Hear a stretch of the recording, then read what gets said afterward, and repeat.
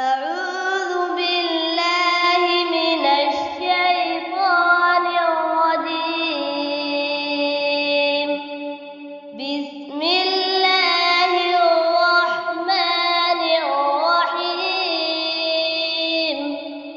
إن المتقين في ظلال وعيون وفواكه مما يشتهون. كلوا واشربوا هنيئا بما كنتم تعملون. إنا كذلك نجزي المحسنين. ويل يومئذ للمكذبين.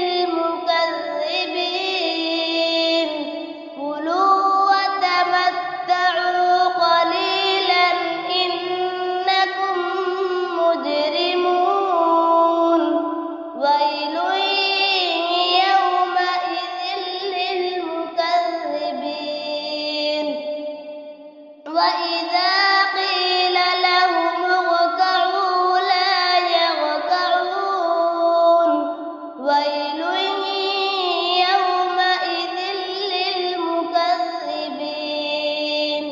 فبأي حديث بعده يؤمنون.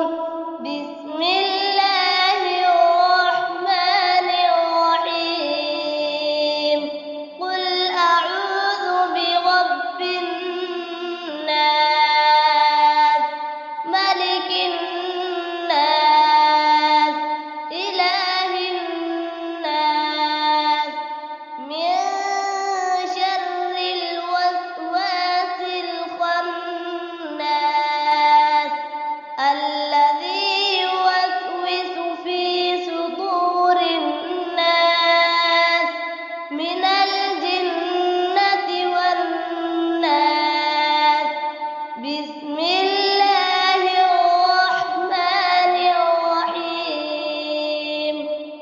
الحمد لله رب العالمين. الرحمن الرحيم. مالك يوم الدين. إياك نعبد وإياك نستعين. اهدنا الصراط المستقيم. صراط الذين أنعمت عليهم غير المغضوب عليهم ولا الضالين.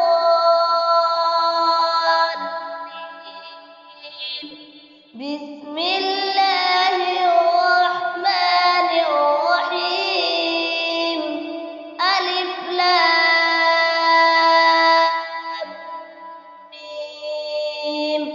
ذلك الكتاب لا ريب فيه هدى للمتقين الذين يؤمنون بالغيب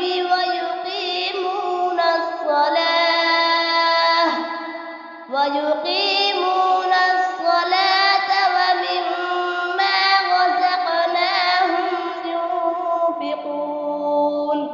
والذين يؤمنون بما أنزل إليك وما أنزل من قبلك وبالآخرة هم يوقنون. أولئك على هدى من ربهم وأولئك هم المفلحون.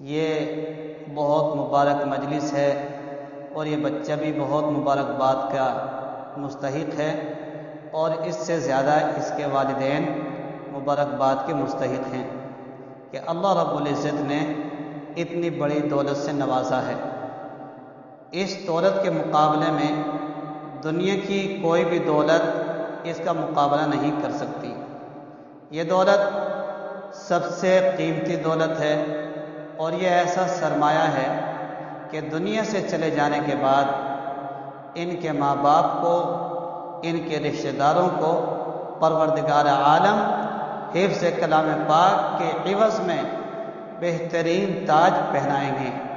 اللہ کے رسول صلی اللہ علیہ وسلم نے فرمایا کہ تم میں بہترین آدمی وہی ہے جو قرآن کو سیکھتے اور سکھاتے ہیں۔ قرآن پاک تمام امت مسلمہ کی روح ہے۔ اس قرآن پاک کو جب ان لوگوں نے پڑھا جو آپس میں ذرا سی باتوں پر لڑا کرتے تھے، جب ان کی زندگی میں قرآن آیا تو ان کی زندگی میں انقلاب برپا ہو گیا۔ قرآن جب ان کی زندگی میں آیا تو ان کو سرداری ملی، ان کو خلافت کے تاج سے نوازا گیا، ان کو خلیفہ بنا دیا گیا۔ یہ قرآن کریم اتنی عظیم کتاب ہے۔ میں زیادہ بات نہ کرنے کر متحمل نہیں ہوں، میں صرف چند باتوں پر آپ کی توجہ دلانا چاہتا ہوں۔ جیسے کہ ہم لوگ اپنا گھر، مکان، اسی طریقے سے اپنی ضرورت کی چیزیں، استعمال کرنے کی چیزیں لاتے ہیں۔ مثال کے طور پر بچے کے لیے ضرورت ہے، جاڑے آ گئے تو اس کے لیے جرسی آنا ہے، کوٹ آنا ہے، اسی طریقے سے بنیان وغیرہ آنے ہیں، گرم کپڑے لانے ہیں۔ یہ بچے کی جسمانی ضرورت کہلاتی ہے۔ ایسی ہمیں رہنا ہے دنیا کے اندر جب تک اللہ نے زندگی دی ہے، تو دنیا میں زندگی گزارنے کے لیے گھر کی ضرورت ہوتی ہے۔ اللہ نے کچھ پیسہ دیا تو مکان بنا دیے، مکان بن گئے، کچھ اور پیسہ ہوا تو اس کا رنگ و روغن کر دیا۔ یہاں تک کہ مہمان آنے ہیں تو ان کے لیے بیٹھک کا انتظام کیا۔ اسی طریقے سے اس میں میز، بیڈ، گدے اور تکیے وغیرہ یہ ضرورت زندگی کا انتظام کرتے رہے۔ اسی طریقے سے انسان جو بڑا ہوتا چلا جاتا ہے اس کی زندگی کی ضرورت کا انتظام کرتے رہتے ہیں۔ ایسے بیمار پڑ گیا تو اس کی دوا دارو کہ اس کا جسم ٹھیک ہو جائے۔ یہ جتنی بھی ہم دنیا کے اندر، گھر کے اندر روغن کا ہونا، ٹائلز کا لگنا، پتھر کا لگنا، سنگ مرمر کا ہونا، گھر کے اندر بہترین اور اچھی ٹوائلٹ کا ہونا، یہ انسان کی اپنی ضرورتیں ہیں۔ انسان کو پروردگار نے ایک چیز اور دی ہے جس کو آسمان سے اتارا ہے، اس کو ہم روح کہتے ہیں۔ ہمارے روح کی غذا پروردگار نے اس قرآن میں رکھی ہے۔ جس طریقے سے ہم نے اپنی ضرورتوں کا خیال کیا ہے، ہمارے لیے ضروری ہے کہ ہم اپنے بچوں کی اس روح کی غذا کا بھی انتظام کریں، اس کا خیال کریں۔ قرآن پاک پڑھائیں گے تو ان کی روح کو سکون ملے گا۔ آپ دنیا سے چلے جائیں گے، آپ کی دنیا سے چلے جانے کے بعد آپ کی روح کو ثواب ملتا رہے گا۔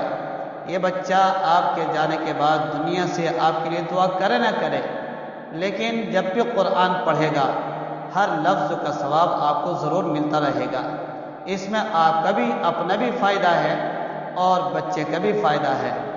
اس لیے سب سے قیمتی دولت حافظ قرآن کی دولت ہے۔ حضرت تھانوی قدس سرہ نے فرمایا کہ اگر تمہیں جنتی بننا ہے تو اپنے بچوں کو حافظ قرآن بنا دو۔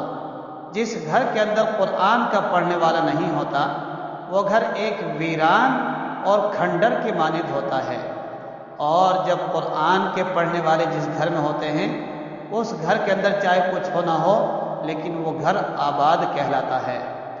اس لیے خوش نصیب ہیں اس بچے کے والدین، رشتہ دار، اعزہ، اقربا جن کے نسلوں کے اندر کوئی حافظ قرآن ہو جائے۔ اس لیے عہد کریں، عزم مصمم کریں کہ انشاءاللہ اس حفظ قرآن کی دولت کو ہم اپنے سینے میں پروئیں گے اور اس کو حفظ کریں گے، اور یہ سلسلہ انشاءاللہ جب تک نسلیں چلتی رہیں گی اس سلسلے کو جاری و ساری رکھیں گے، اور حفظ قرآن کریم کے ساتھ ساتھ قرآن کے معانی، اس کے مطالب پر عمل کرنے کی کوشش کریں گے، تاکہ ہماری نسلوں میں حافظ قرآن، ناشر قرآن، عامل قرآن پیدا ہو۔ جب یہ چیزیں ہماری زندگی میں ہوں گی تو انشاءاللہ ہماری زندگی استوار ہوگی۔ دعا کیجیے اللہ تعالیٰ عمل کی توفیق عطا فرمائیں۔ وما علینا الا البلاغ، دعا کر لیں۔